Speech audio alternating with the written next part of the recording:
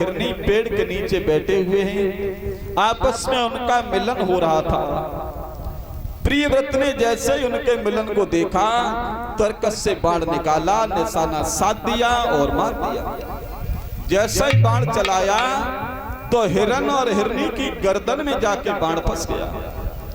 जैसे ही बाण गर्दन में दोनों के लगा, हिरन ने हिरनी की ओर देखा और हिरनी ने हिरन की आंखों की ओर देखा। मुंह से कुछ नहीं बोल पाए, आंखों से आंसू निकल गए, दोनों का प्राणांत हो गया। देवर्षि नारद अकस्मात वहां पर आए हैं। देवर्षि नारद ने प्रियव्रत को रोका और कहा, क्यों प्रियव्रत, ये बताओ इन्होंने तुम्हारा क्या नुकसान किया था जो आपने इनका वध कर दिया? क्या बिगाड़ा था जो आपने इनको मार दिया? प्रियव्रत कहने लगा, मेरा कुछ नहीं बिगाड़ा, मेरा शौक था शिकार खेलने का, इसलिए मैंने इनका वध किया। देवर्षि नारद कहने लगे, तुमने इनका वध तो कर दिया, अब मैं आपसे यह कहना चाह रहा हूं कि आप इनको जिंदा कर दो, क्या जिंदा हो जाएंगे? प्रियव्रत कहने लगे, नहीं महात्मा जी, मैं जीवन दे नहीं सकता, केवल वध कर सकता हूं। देवर्षि नारद ने कहा कि आप जीवन दे नहीं सकते हो तो दूसरे के प्राणों को लेने का अधिकार भी तुम्हारा नहीं है। अगर किसी को भीख हम दे नहीं सकते हैं तो झोली छीनने का अधिकार भी तुम्हारा नहीं है। आज प्रियव्रत को वहां पर ज्ञान प्राप्त हो गया। देवर्षि नारद ने प्रियव्रत को ज्ञान प्राप्त करा दिया, प्रियव्रत को वैराग्य हो गया। आज से हम किसी जीव का वध नहीं करेंगे, अपना राजपाट भी त्याग देंगे, अब हम भगवान का भजन करेंगे। प्रियव्रत अयोध्या में लौट के आए हैं। अपने छोटे भाई उत्तानपाद को उन्होंने शासन दिया और कहा कि भैया आज से तुम यहाँ के राजा बन जाओ, हम अपनी पत्नी को साथ लेकर के वन में भजन करने जाएंगे। और भजन करने की उम्र क्या है बताया है, जवानी में ही होता है, बुढ़ापे में कुछ नहीं होता। बुढ़ापे में दिमाग काम नहीं करता, बुढ़ापे में बुद्धि ठिकाने पे नहीं रहती। पहुंच जाओगे आटेपुरा में, वहां खड़े होके कहोगे कि जयमतपुर में जाना है, बुद्धि काम नहीं करती है बुढ़ापे में। तो भजन कर मस्त जवानी में, बुढ़ापा किसने देखा है? जो कुछ भी करना है सब जवानी में ही करना है, बुढ़ापे पे कुछ नहीं होता। और ये भी बताया है कि 50 साल की उम्र हो जाए, 51वें साल जब लगे तो घर गृहस्थी की जिम्मेदारी अपने बच्चों के ऊपर छोड़ देनी चाहिए। तभी तो बता 51 यानी 51 संकेत ये कर रही है उम्र कि घर को त्याग दो, घर परिवार छोड़ दो, वन में चले जाओ भजन करने। लेकिन अब वन में जाने की जरूरत नहीं है। ये पुरानी कहावत है राजा महाराजाओं के जमाने की कि पहले भजन करने के लिए वन में जाना पड़ता था। अब कलयुग है साहब, अब तुम्हें भजन करने के लिए वन में जाने की जरूरत नहीं है। केवल घर परिवार की जिम्मेदारियां जो तुम्हारे ऊपर हैं, बच्चों का विवाह शादी करो और उनके ऊपर जो भी तुम्हारी जिम्मेदारियां थी वो उनके ऊपर छोड़ दो और निश्चिंत हो करके भगवान का भजन करो। प्रभु की भक्ति में लग जाओ तो तुम्हारा बेड़ा भव से पार हो जाएगा। इधर प्रियव्रत उत्तानपाद को राजा बना करके चले जाते हैं। जब उत्तानपाद राजा बन गए हैं तो इनके घर में इनकी महारानी का नाम है सुनीत। जो हमारी माता बहना अच्छी नीत वाली होती हैं, अच्छे आचरण वाली होती हैं, सुंदर विचारों वाली होती हैं, उन्हें हम सुनीत की उपाधि से सम्मानित कर सकते हैं। सुनीति सुबह ब्रह्म मुहूर्त में 4 बजे जाग जाती है, अपने पति के पैरों को छूती है, अपने पति की सेवा किया करती है, भोजन बना करके अपने पति को अपने हाथों से देती है। महारानी का पद पाने के बाद भी उसके अंदर जरा सा भी घमंड नहीं है। हजारों दासियां हैं, हजारों दास हैं, न धन की कमी है न दौलत की कमी है, भंडार भरा हुआ था। लेकिन फिर भी किसी से ये नहीं कहती कि मेरे पिया को एक लोटा पानी दे दो। सुनीति रानी होने के बाद भी। लेकिन आजकल की तो सब पढ़ी लिखी महिलाएं हैं, high school, inter, BA, MA, BEd पढ़ी लिखी। और जरा से भी धनवान घर में इनका विवाह हो जाए, जहाँ पैसा अपार हो, तो वहां पर इनको कितने सुख संसाधन की आवश्यकता हो गई। पानी भरने वाली अलग आएगी, भोजन बनाने वाली अलग आ रही है, कपड़ा धोने वाली अलग आ रही है।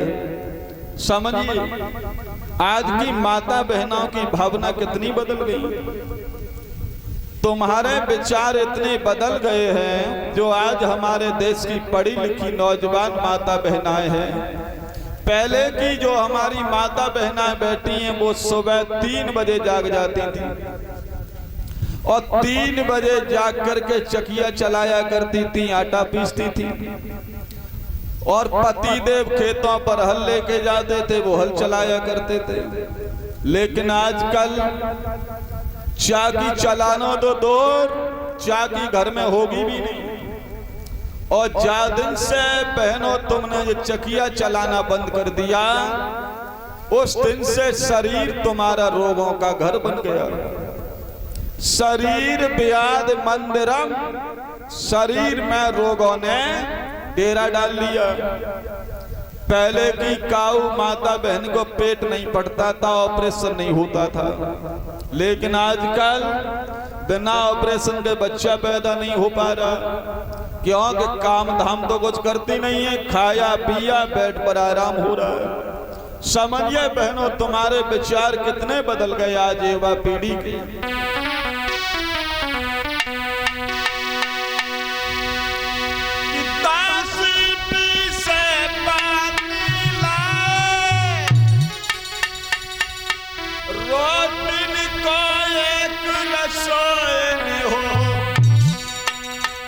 दिल बहलाने के लिए पास कोई मन चली सहेली हो।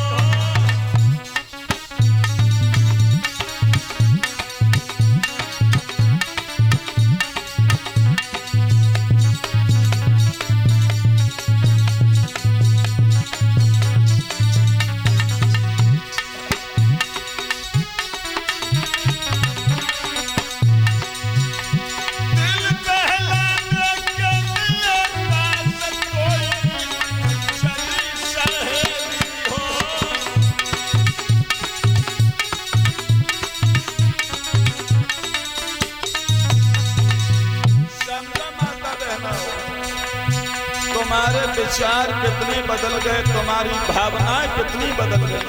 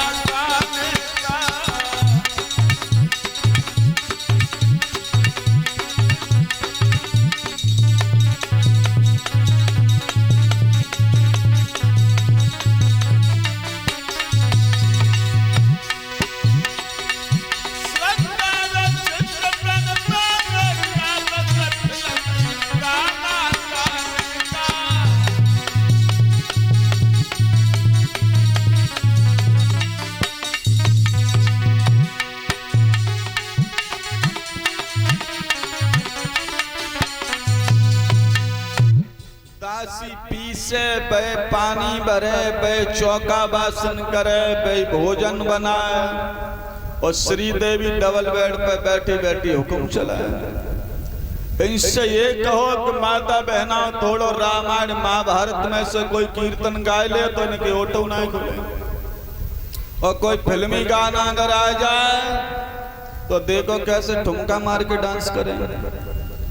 कहूँ छज्जे पे बाजरा बो जाए रहो, कहूँ राजा के ऊंचे नीचे महल बनाए जा रहे, फिर देखो कैसा डांस करती हैं। समझिए माता बहनों, तुम्हारी भावनाएं कितनी बदल गई, कितने तुम्हारे विचार बदल गए माता बहनों। आजकल न तो सोने का समय रहा और न इनके जागवे को समय रहो।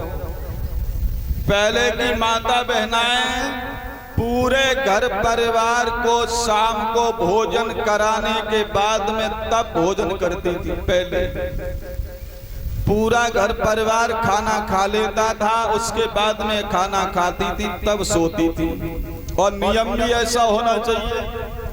लेकिन आजकल पूरा घर खाए च ना खाए वे कत्तू जा रही है और ठूसती जा रही है।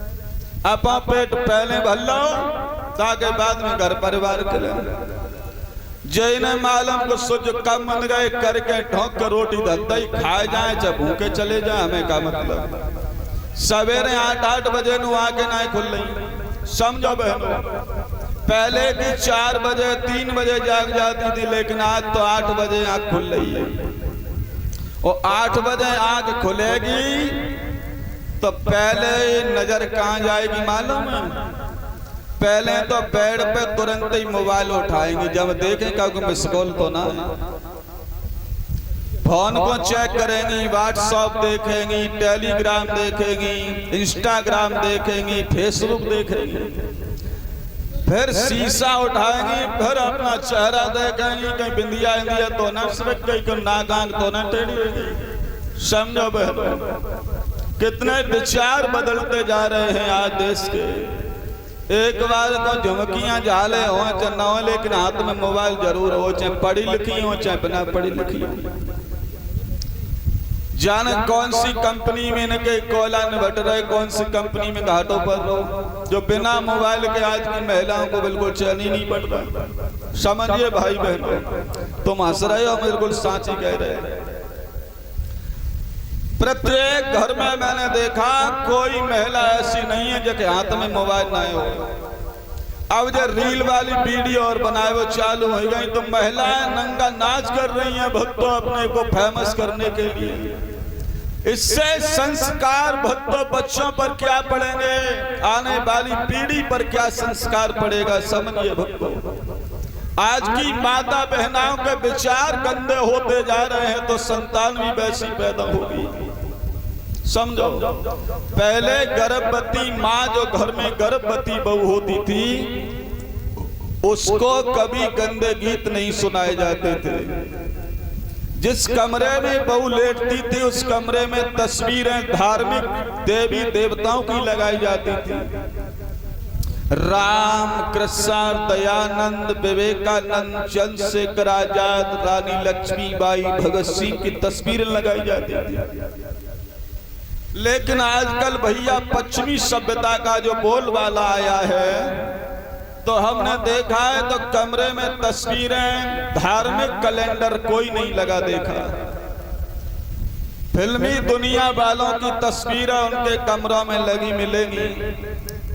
बच्चा पूछता है पापा जी ये तस्वीरें किनकी हैं? पा धन पाजी इक्वल टू डबल पाजी। किसी वेद शास्त्र, गीता, रामायण, महाभारत में ये मैंने लिखा नहीं देखा कि पिताजी से पापा जी कहो, लेकिन अब तो सब पापा जी कहते हैं, डबल पापा हो गए।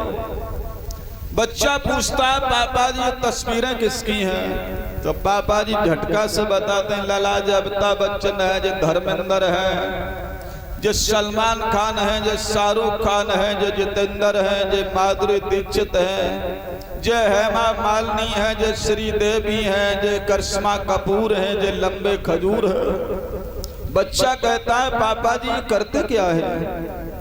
पापा जी झटके में जवाब देते हैं लला जी बम्बई के नचैया हैं, बम्बई के नचैया। बच्चा सोचता है कि जब बम्बई में नाचने वाले की तस्वीरें हमारे कमरे में आके लग सकती है तो हम भी कोई ठुमका मार के डांस करें जो हमारी भी तस्वीर का और दूसरे के कमरा में जाके लगेगी। बच्चे ने वही प्रक्रिया चालू कर दी माता बहनों। तो बम्बई का हीरो तो बन नहीं पाया, लेकिन तुम्हारे जयमतपुर की गलियों का तो हीरो बन ही जाएगा। समझिए, संस्कारवान संतान पैदा माता पिता के हाथ की बात है। माता पिता चाहे तो बच्चे को जैसा चाहे वैसा बना दे। सबसे ज्यादा असर माता का पड़ता है। आप महाभारत को पढ़ के देख लीजिएगा।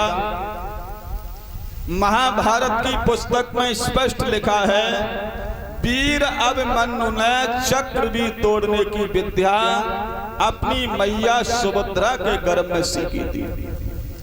क्योंकि जिस समय अभिमन्यु अपनी मां के गर्भ काल में पल रहा था, अर्जुन चक्रव्यूह की कहानी को सुभद्रा को सुना रहे थे।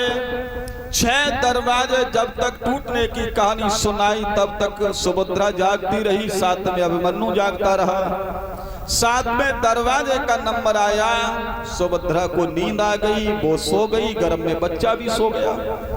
तो आपको ये बात माननी पड़ेगी कि माँ के संस्कार बच्चे पर गर्भ काल से ही पड़ना प्रारंभ हो जाते हैं।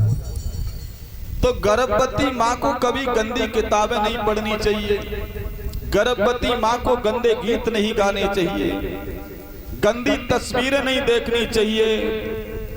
जिस कमरे में माँ सोए उस कमरे में तस्वीरें धार्मिक लगी होनी चाहिए।